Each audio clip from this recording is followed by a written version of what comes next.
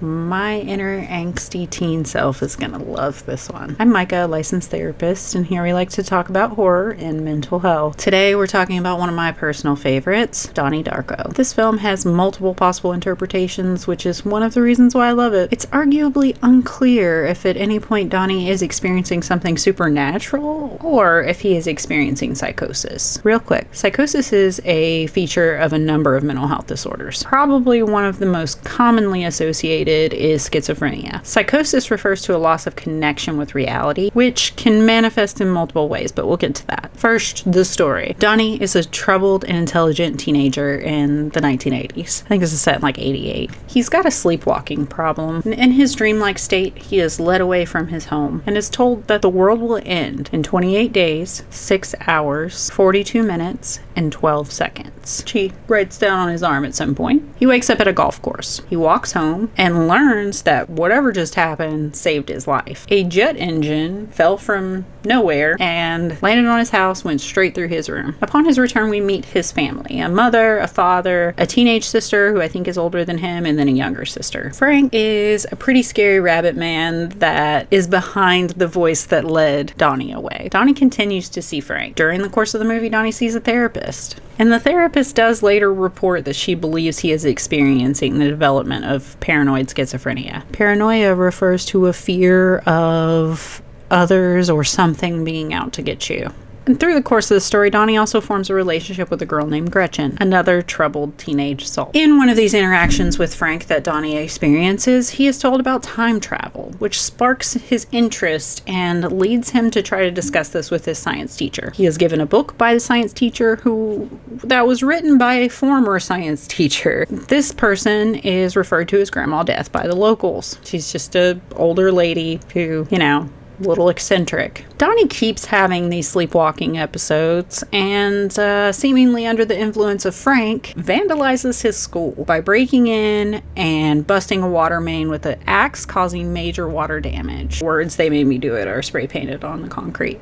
So there's a stuck-up gym teacher who is played by an actress who is only destined to be a specific type of character. So she decides that this incident is the fault of a book that they've been reading in their English class because some kids in the book vandalized some stuff. She decides that the school needs a full adjustment and that she is going to teach lessons about attitude to the students. As you can imagine, they don't receive that very well. I wouldn't have. But you're not listening to me. There are other things that need to be taken into account here, like the whole spectrum of human emotion. You can't just lump everything into these two categories and then just deny everything else. If you don't complete the assignment, you'll get a 0 for the day. Donnie's got some issues with authority. His issues with authority are likely a combination of his mistrust, his mental health, his high intelligence, and just being a teenager, which is a natural time of rebellion. Gym teacher Kitty sets up a motivational speaker for the school because she thinks that this will help with this situation. Donnie, again, doesn't play around and insults this dude. You're right, actually. I'm pretty troubled and I'm pretty confused, but I'm afraid, really afraid. Really afraid, but I think you're fucking Antichrist.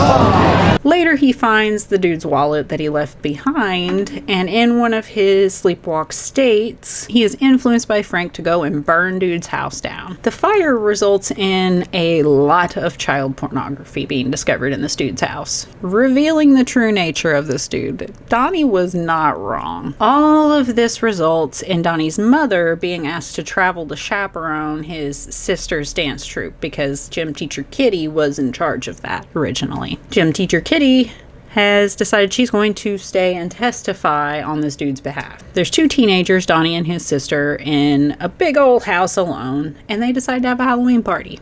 There's some stuff that happens. Gretchen hangs out with them. During this time, Donnie is kind of like, oh shit, this is when the world's supposed to end. And takes Gretchen with him to go visit Miss Sparrow, aka Grandma Death. When they arrive at her home, they find two adolescent boys trying to break in. Donnie decides to fight these fools when Miss Sparrow arrives home. Then a car rolls up and runs over Gretchen, killing her. And out hops Frank, the real Frank, in his bunny suit. Donnie, who previously in the story acquired a handgun from his father, shoots Frank right through the eye and then carries Gretchen's body off. Donnie has taken one of his friend's cars and goes and parks up on a ridge overlooking the town, where he sees a vortex forming right over his house. While he's sitting there, he sees the plane that's carrying his younger sister and his mom being affected by the vortex. And then one of the engines is ripped off and sent back in time. Suddenly, we have a rapid flashback of the past 28 days, which ends with Donnie waking up in his bedroom. Donnie knows what's up and just laughs and smiles, accepting his fate. Then the jet engine falls through his roof and kills him. The scene transitions to observe people all across town waking up from a troubling dream, seeming very disoriented and confused. The movie ends with Gretchen not being dead and rolling up on her bike in front of the accident scene, learning about Donnie's death, who she appears to not know. There's some glances exchanged with family as if they know each other but aren't quite sure how. So the film ends with a reset, restoring the normal timeline.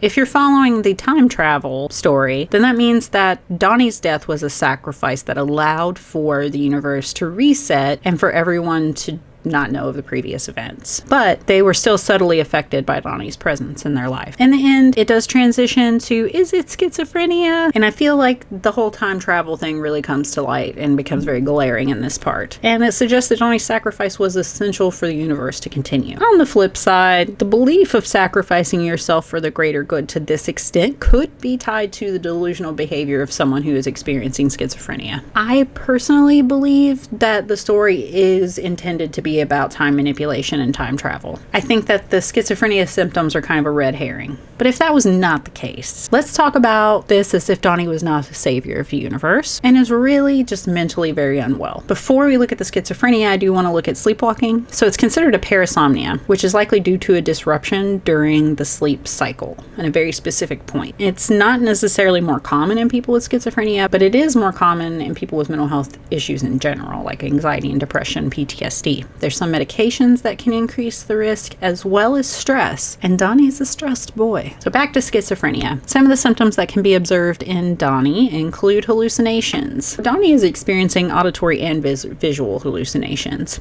and that's a prominent symptom in schizophrenia. Most of these experiences are through his interaction with Frank. Frank speaks to Donnie, gives him instructions, such as when he tells Donnie that the world will end in 28 days. These visions and voices are central to the plot, and they blur the lines between reality and delusion for Donnie. Command hallucinations are common in schizophrenia, which is when the individual hallucinates a voice that is telling them to do things, much like Frank. Donnie also has a fragmented perception of reality, so his experiences with time manipulation and his conversations with Frank suggest that his mind is constructing a reality that differs from that of the other characters. This mirrors the disconnection from reality that a lot of people with schizophrenia experience. Delusions. Donnie's belief in his supernatural mission to save the world aligns with delusional thinking. This is a hallmark of schizophrenia. He becomes convinced that he is part of a larger cosmic plan. And these delusions are so intertwined with his perception of time that he believes all of these actions are necessary to prevent the collapse of the universe. His sense of being chosen or being special in some way could be seen as a delusion of grandeur, which is common in people with schizophrenia and other mental health disorders such as bipolar disorder when they're in a manic episode. As we mentioned, Donnie has a distorted sense of time. He is aware of a tangent universe and believes that he can alter time and space. This distorted understanding of time could be a manifestation of the cognitive and perceptual disruptions that are often present in schizophrenia. Disorganized thinking and behavior. He has difficulty in thinking logically. Donnie's actions sometimes appear disorganized or impulsive, and his thought patterns seem disconnected. He engages in seemingly random vandalism, vandalizing the school, burning down dude's house,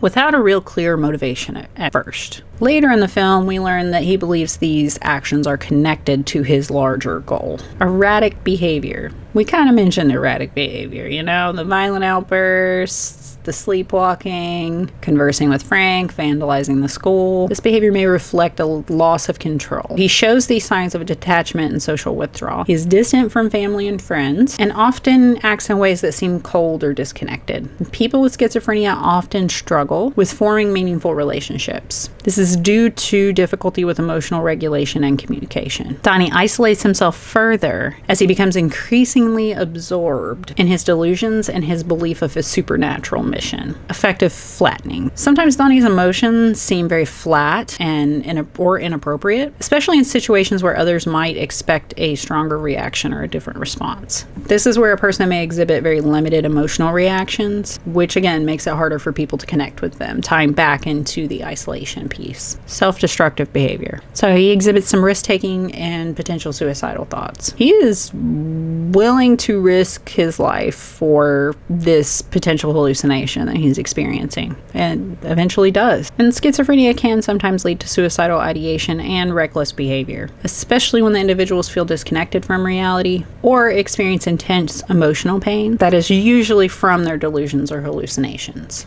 Donnie's behavior aligns with several key symptoms of schizophrenia: hallucinations, delusions, disorganized thinking, social withdrawal, cognitive impairments, and his perception of reality overall is fractured. His actions appear to be driven by a delusional sense of purpose rather than grounding in reality. So even though there's some supernatural elements that could explain a lot of this story, Donnie's symptoms are pretty consistent with the psychological challenges that someone may face if they had schizophrenia. So the ambiguity of the film allows for both interpretations.